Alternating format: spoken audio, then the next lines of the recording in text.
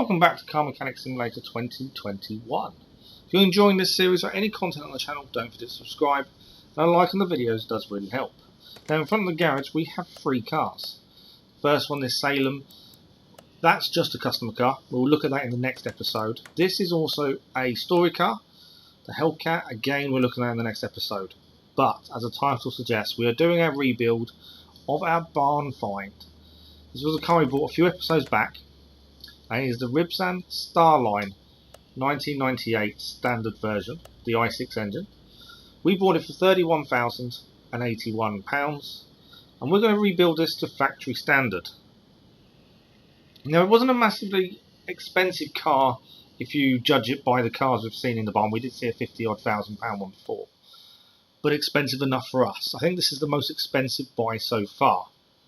We've given it a quick wash, and the actual bodywork doesn't look in that bad condition. We'll probably need looking at and just hammering a few dents out, but it's not that bad. But we're going to start by taking the engine out, as we always do. So just releasing any oil that may be in that engine. Now, if you don't know, barn find cars are generally in better condition than cars you find in a scrapyard, for obvious reasons. They're not going to be left out to weather, so the parts are in a better condition. So we may be able to salvage quite a few parts off this car. And you can see already, while we take off the drive shaft, that there's a lot of parts there. They're not brilliant, not in brilliant condition, but they're there, and that's a bonus. The big thing we've found is the perishable parts. So all the fluid holders, they're gone, and generally batteries are missing as well. But hopefully we should be able to fix that gearbox. That will save us some money and make us some extra profit along the way at least as well. So as always, we'll rebuild the car. We're going to send it around the track, see where it comes on our top car round the track times. I know I need to come up with a better name. I really do. And then we'll see top speed and see where that lands on the top speed leaderboard too. Currently there's 3 cars we've done so far. This will be our 4th. Once we've done the 5th, we'll do an actual episode of the top 5 cars, and we'll do that regularly once we start getting more and more cars rebuilt. But this is our lovely i6 engine. It's not a bad engine. There's not a lot to it. We've had smaller, we've had larger, admittedly. We've got to take it all apart. So the whole thing is we're going to take everything off the engine, completely strip it down, fix what we can, buy what we need to if we haven't got it in the warehouse, and then we'll work on the suspension and the bodywork. And as usual, we're going to fast forward, not as fast as we have done, but we are going to fast forward just while we take this apart, as some of it can be a bit tedious, especially all the bolts and things you have to take off and undo. But do let me know in the comments what you think about the bits we are going to fast forward. If you think you'd rather we just not show them, more than happy to do that. If you think we're fast forwarding too much or not enough, let me know. I'm conscious of trying to keep the videos around half an hour, and I'm struggling to do so because most cars take quite a while to do all the parts, which I don't mind doing, but it's you guys that are watching. So if you guys are happy the bits we are fast forwarding, then let me know. If you'd rather we fast forward more, let me know as well. If you'd rather we didn't show certain things, put it in the comments. I'm more than happy to have a look and change how we do things. But we're working our way through the car, through the engine, not car, the engine. As we take off the camshafts, all the little bolts to undo there. And then we've got to take off the belt so we can get the cam gears off. And then the camshafts can come out, water pump as well. As there's no fluids in the car, there's no fluid holders, you don't need to worry about draining anything. Everything comes out without any risk. Always check the oil though. One thing I always check is the oil. I do not want to receive that penalty. I know it's a trophy, but I don't want to receive it until the last trophy we have left to complete. That's kind of my aim at this point. There'll be one time I'm going to forget, and it's going to happen. But we are coming to the end of the speeded up part. Speeded up. Everything is off the engine apart from the gear side and the one thing we've left in the middle. So we're just going to take these off the side. I do enjoy working on the engine sideways, especially when you're taking out the pistons and piston rings. I think that makes life a lot easier. So flywheel coming off, and then it's just a crankshaft. And we're going to go away, and we're going to fix everything, buy what we can, and we're back. Not long, didn't take us long. So we're going to start rebuilding again. We're going to fast forward this, not ever so fast, but enough that you can still see what's going on, but not too fast that you can't make out what's happening. That made no sense. It made more sense in my head, I know. Some parts I always forget to buy in advance, so like the pistons. I don't know why, but I always have to buy them as I go. I should really remember to start doing them in advance. It would save myself a lot of time. Generally, I'm finding a rebuild car at this point is taking us about an hour to an hour and a half in real time. This is why I speed up bits and don't always show the fixing parts, just to save a little bit of time. And I don't think that's too bad for rebuilding an engine and a car from rusty parts to full-on working order. I think that's quite a good time, but I don't know. We are obviously getting quicker the more we do it, but it's still, I don't know if that's a good time or not. I'm in two minds over it, so let me know what you think. But, more things to add to our shopping list. All the caps are no good, so we need to replace all the caps as well, which is a nightmare. Normally, you don't have to replace them, but on this one we do. So we've replaced them. They're not expensive, but again, it's profit we're not going to make now. Any part we have to buy, we lose profit. So we always try and use what we can, fix what we can, and get out of the warehouse whatever we can. We are due shortly probably to go back to the scrapyard, which we won't show the whole fixing because I've done it before, and it does take a long time. So we'll show the cars we get, but we won't show all the fixing and stuff. It just takes forever. But as long as you guys know what cars we're getting and what we're going to work on next, that's the main thing. But this is our first time fixing this car and building our own to factory standard. If you haven't seen what we've done with cars previously, the plan is we rebuild factory standard, and the next time we have the same engine and the same car, we go for 1 star, followed by 2, followed by 3, and then we pimp it out as much as possible, performance parts and everything, highest horsepower we can get it, that kind of stuff. See what happens from there. That's the plan. We haven't quite got to that point yet, although in the future we will at least do some 1 stars, I'm hoping. Just got to find the right cars in the right places. Right, we are getting towards the end of this now. We've nearly rebuilt the engine. A couple of covers to go back on, idle rollers, and we should be nearly there. A couple of belts. And a little fan. That fan wasn't there obviously when we took the engine out, but it is there now. There we go. So exhaust manifold.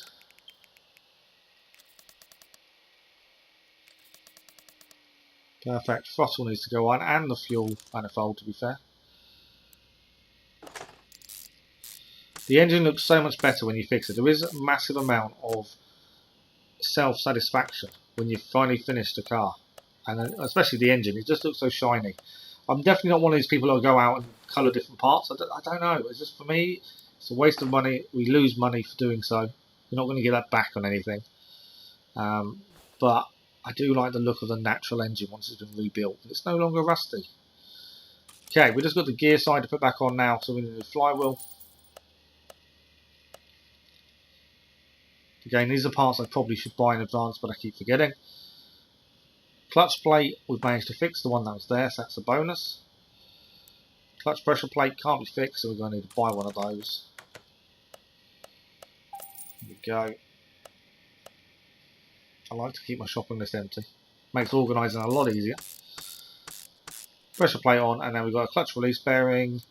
Again, it can't be fixed, so we will replace. There we go. They're not massively expensive, but I should really do that all in advance to make life a lot easier. Something I'll work on. But this is our completed i6 engine. Nice and shiny, looking new, looking good. Hopefully we'll deliver some power to the car. Okay, let's take this off. Head back to the car. So we haven't done any suspension work yet, so we'll start with the rear. And we will deal with the rear suspension first. So obviously wheels to come off.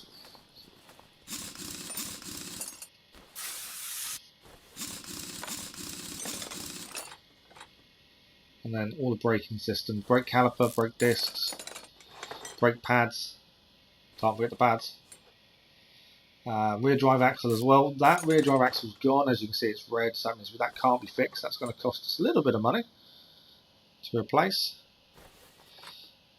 Every time you see a red part, you do then start thinking, oh, it's more profit lost, just because you can't fix it.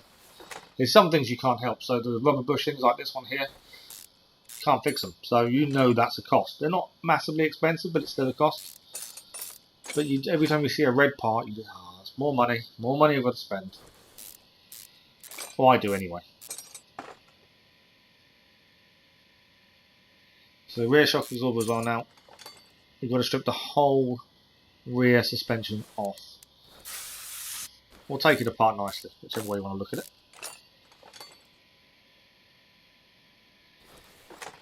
There we go, we're getting there. Rear spring, the spring cap, sway bar end link. We're missing this corner here. We've got to take this off before we can take the wheel off, or the wheel connection off. I forget the name of it, the shoulder. Small wheel bushing, and rear axle knuckle. That's the word I was after. I just couldn't think for the life of me what it was called. So that's the rear right of the car now taken apart. You can take the rubber bushings out. There's nothing worse than forgetting when you're around the other side. We'll take the fuel tank now. And so now onto the rear left. Repeat the same thing again. So, wheel off first.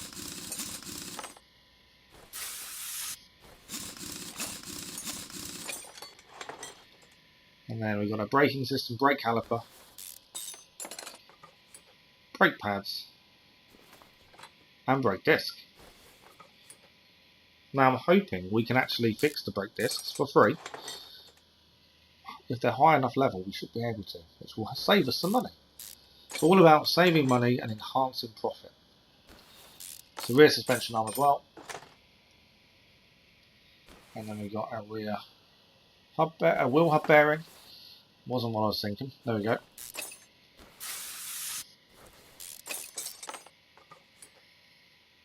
Wheel hub off. Okay, now everything that connects to the knuckle. So the shock absorber, we've got our suspension arm.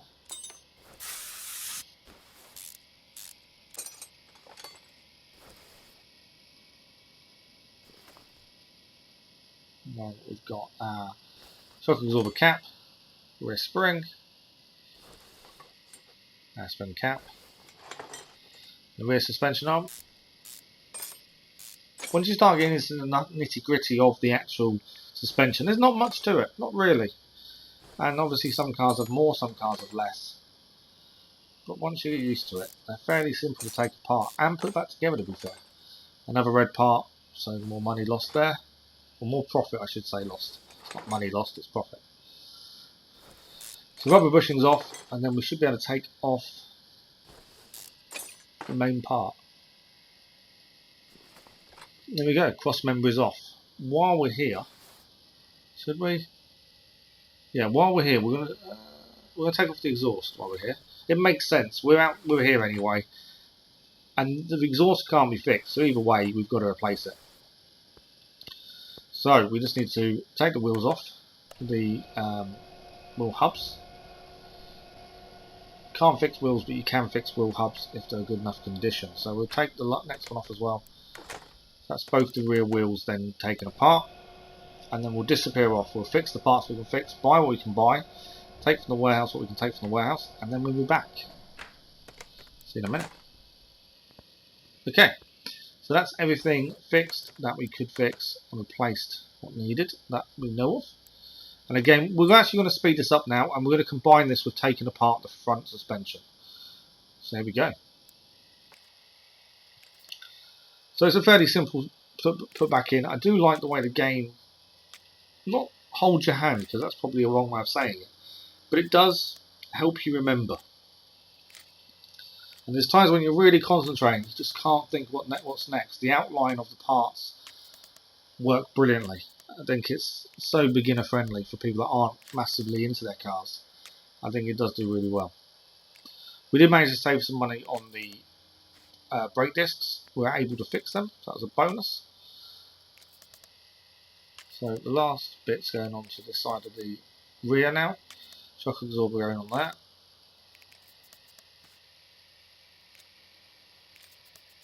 And it's looking shiny and good already. It's amazing how quick the car seems to look so much better once things are shiny. The rear drive axle as well, brake pads, brake caliper. Leave the wheel till last. We need to buy a fuel pump. And I think the rear is done. So onto the front. We now need to take this apart like we did the rear. Front, there's a bit less to it, the front, to be fair. It doesn't take as long, so it's not too bad. There's a few extra bits we have to do once we take everything off compared to the rear, but it's definitely not a bad job. So, we're front left now.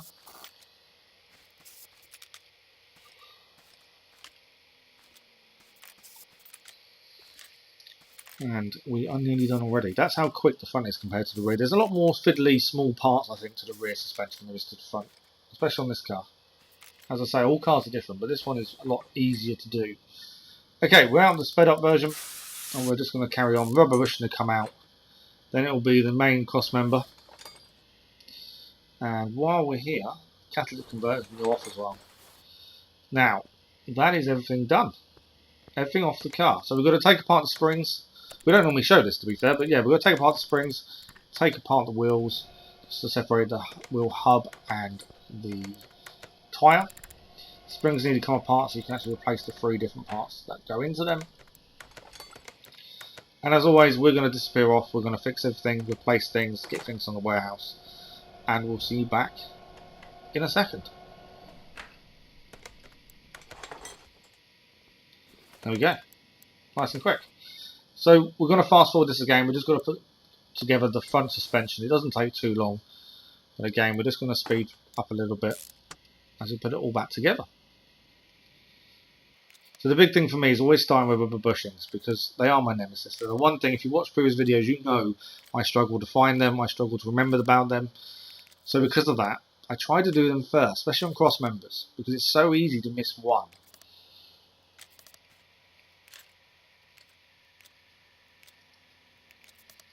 Well, the front left now coming together very nicely.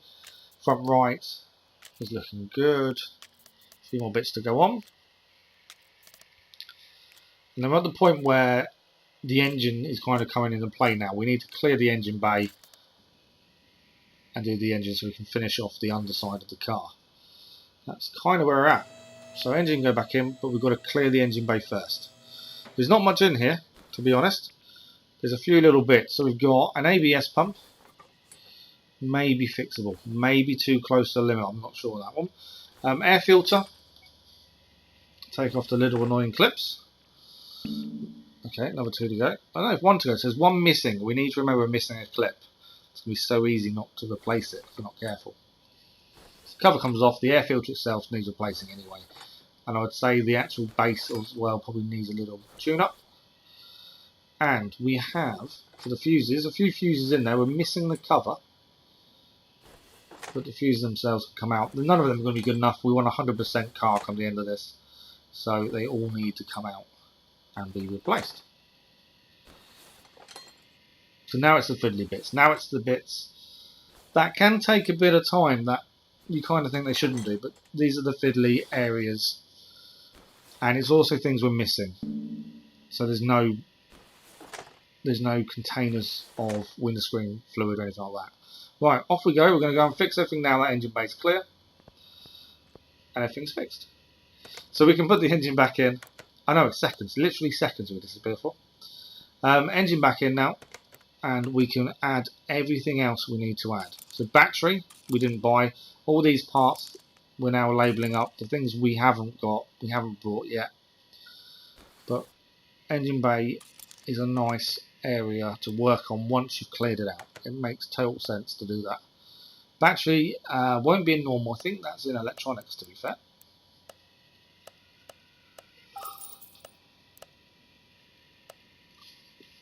I just realised my mistake. I do this every time. We should try the ABS pump and the ABS. What was that one's called? But they're the first things that show up on that electronics list, and every time I forget to just buy them both straight off the bat. Would make my life simpler rather than having to keep going in and that kind of stuff. The ABS module, that was the one I was thinking. They're the first things on the list, but yet I always add them to my shopping list. I don't understand why. Coolant though, go there, and windscreen, reservoir, perfect. Now add all these parts back in. And we are very nearly done. There's not a massive amount left to do. A few little odds and sods, but nothing major. The ABS all back together. It's going to be important for the car.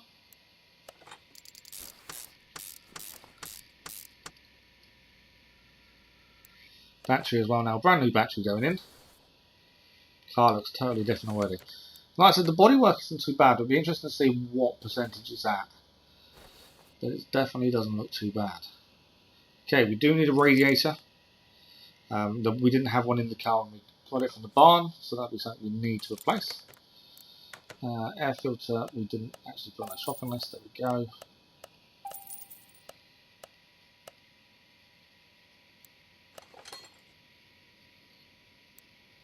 Air filter cover and 4 clips.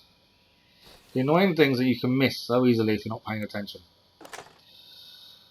And I didn't replace one that was missing and one that was broken. I'll have to replace those. So I need 2 more. Yeah, we need 2 more. I should have known ahead of time that I needed them, to be fair. It's one of those little things that's so easily missed if you're not careful. And it does take down the value of the car. It's surprising how much value it loses for missing 2 tiny little clips.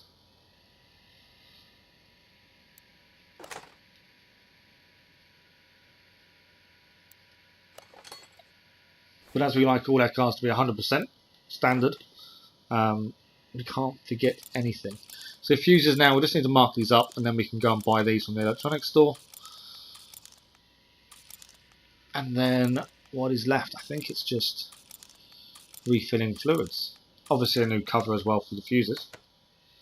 That's vitally important.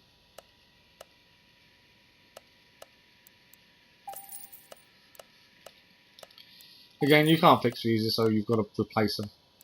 And I'm still not of the mindset of being able to know exactly what fuses I need ahead of time. So it's just easier for myself just to label them up, put them in the shopping list, buy them in one bulk. That way, just makes my life a little bit easier. Now to put them all back in place though. And this is where I find out if I misclicked something or forgot to buy one. This is when we're going to find out. So the small ones are all in. Relays going in as well. Bigger relays.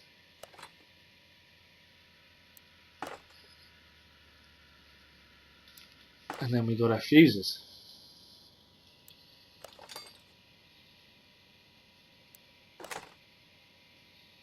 And then we'll have a look at the final things to do in the engine bay once we've dealt with all the fuses. Financially, I think we're doing well as a garage. We are making a decent profit now on most cars. Well, all the cars, which is very rare we lose money now. I don't think we ever did actually lose money. I think we've come close to not having enough money to finish a car. I remember that. That was bad. But we don't actually lose money. It's one thing I've been very conscious of very early on. Never to lose money. Okay, we do need this exhaust. Not exhaust, it's radiator, so I don't know why I'm saying exhaust. Because there's a fan behind it, it doesn't need a fan housing. So that's a bonus, one less thing to buy. Now, the engine crane can go away. We can lift the car up and we've got the gearbox to go back on, drive shaft and wheels. That's got to be our focus now. So, gearbox, we were able to fix it. So a nice shiny gearbox back in place of the one that was all rusted, worn and horrible. That is done. Starter motor, while I remember it's in my head, we'll replace that. We didn't replace it, we actually fixed the last one. I'm pretty sure. Right, the exhaust components, we're going to need a few of those. So they're going to need to be added to the shopping list. But this is the one that you generally take off just to get the engine out. That's the one I always forget about, to be fair.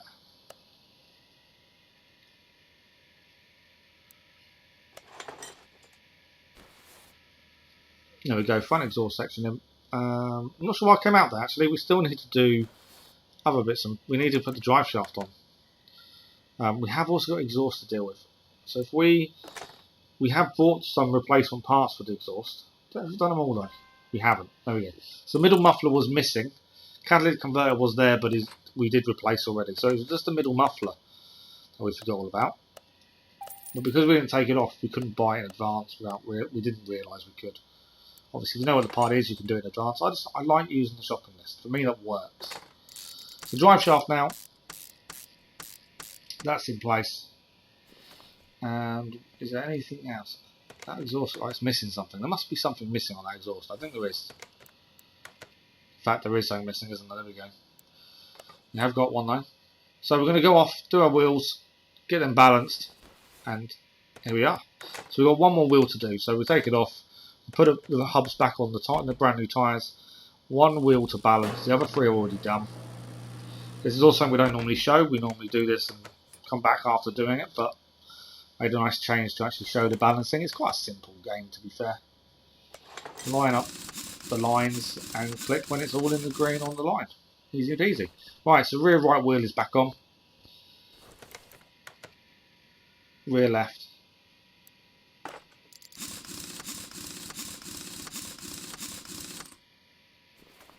And then we got the front left first. Don't get carried away. Can't skip ahead. If we miss our tyre, we're in big trouble.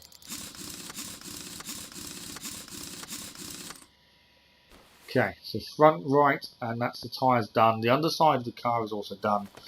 The suspension is done. I think it's bodywork and interior. I believe that's it, but we'll check. Perfect. Looks so much better already. Even with the bodywork, because it's not badly damaged, the green-ish colour kind of holds it. Holds it? Hides it. We need to refill all the fluids now. No, don't put. Did I put a brake servo on? I don't know. I didn't realise I missed that. So refill the fluids, and then we will do the bodywork. But like I say, hopefully the bodywork's not too bad. The glass can't be fixed. That's going to need replacing. But hopefully the majority of the bodywork can be fixed and all good. That would make life a little bit easier and our profit a little bit higher. So 3 more liquids to refill. Coolant reservoir first. Nice green liquid going in for a coolant. Doesn't know why it's green. There must be a reason for it. I just don't know what it is. Windscreen washer, which is blue. Okay, I'm not sure why. I'm assuming they're just colour coded so you know they're different, but I don't know why the colours are picked. Especially the green. Power steering fluid. I'm just going off on a tangent, I know. Power steering reservoir needs refilling with power steering fluid.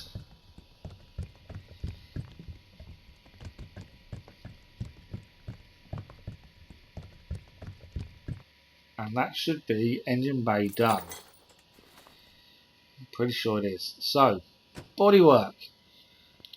We're going to strip it down, take everything off the bodywork. Double checking, yeah, body and frame. Frame welded and interior. So it'll be fine. So we'll take off every piece of bodywork. We will then weld the car, fix what we can, replace what we need to, and then we are ready for a hot lap. Doesn't take too long to take the actual bodywork off and get that sorted. Like I say, the only downside is obviously the glass not being able to be fixed. It's money you have to spend and you don't have a choice in the matter. I've spoken about money a lot in this episode. I don't know why, because we're doing okay. I don't know why it's now becoming a fascination of mine. Profit all the time. Although I like knowing how much we're earning. Rear window.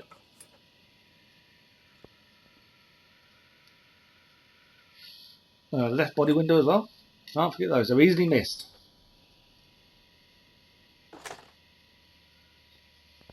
Okay. Is that all of it? I think so. So we'll weld the bodywork. This will automatically should put it back up to 100%. That's £500 to weld. You don't, unless the car's really badly damaged, you don't actually notice what the welding does. It's when the frame is really low, you actually notice the difference. Okay, while we're here, before we put the doors back on, let's put the interior back on. Blah blah blah blah blah. Get my teeth back in.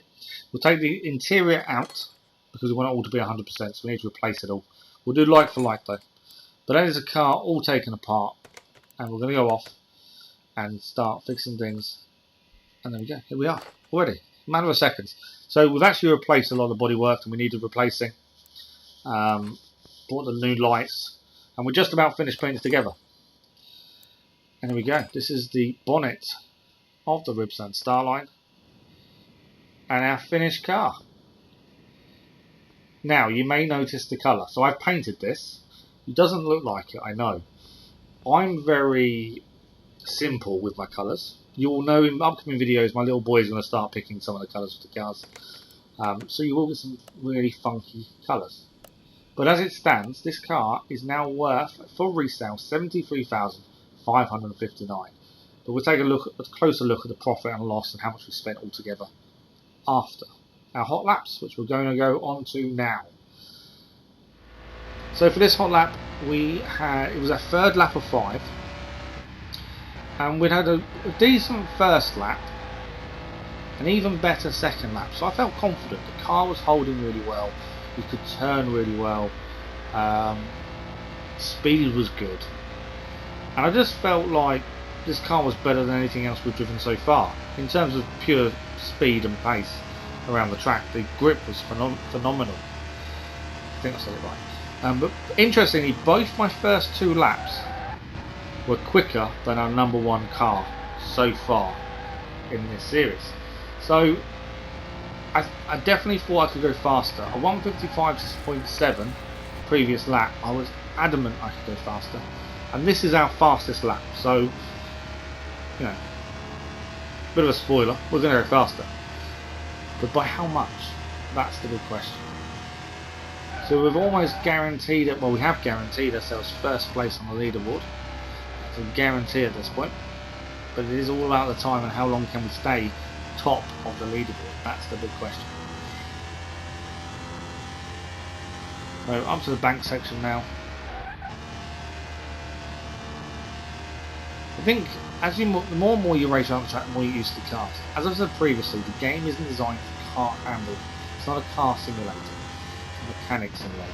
But I think they do a decent job. And I think for our purposes of trying to find the fastest cars that you've rebuilt, I think this works perfectly. I think the concept's good.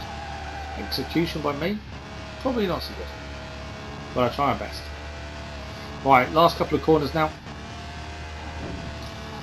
Bringing it round to the last corner and cross the line, and we did a 1:52.612. That replaces the Bolt Chapman as the fastest car so far by 7 seconds. I didn't think we'd beat it by that much. 7 seconds quicker. Right, top speed. It's all about the speed. What can we achieve? So, just for reference, our top speed currently is 215 kilometers per hour, which is 133.5 miles per hour by the Bolt Chapman, who've just replaced it in the lap times. Can we replace the Bolt Chapman in 2 classifications straight away? We're getting up there. We're nearly at 200 kilometers per hour. It's difficult to say where the wall is. You think it's closer than it actually is a lot of the time. Okay, 201, 202, 203, run out of track. 203 kilometers per hour, which is 126.138 miles per hour, and that puts it in second behind the Bolt Chapman. So the Ribbsan Starline Standard Edition beats the Bolt Chapman round the track, but doesn't beat it in top speed. That's quite an interesting end to the top speed stuff. Right, here we are.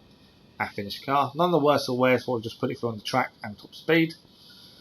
Okay, the colour's probably a bit dull, but it's one of the factory colours. I picked the factory colour. Probably should have picked something a bit more out there. Anything other than the grey green, maybe. I don't know. But 219 horsepower, i6 DOHC BUT engine, BU2 engine. While we're looking at this, I'll go through what's happened in terms of costs and stuff. So, we bought the car for £31,081. We spent £17,989 fixing it, which means a total spend of £49,070. We sold this car, as you're about to see in a second, for £73,559, gives us a profit of £24,489, just short of £25,000 profit. Not bad, and it's only going to get better. Thank you all for watching. I hope you enjoyed it, and in the next episode we'll work on these two cars, the Hellcat and the customer car. We'll see you then. Thanks for watching.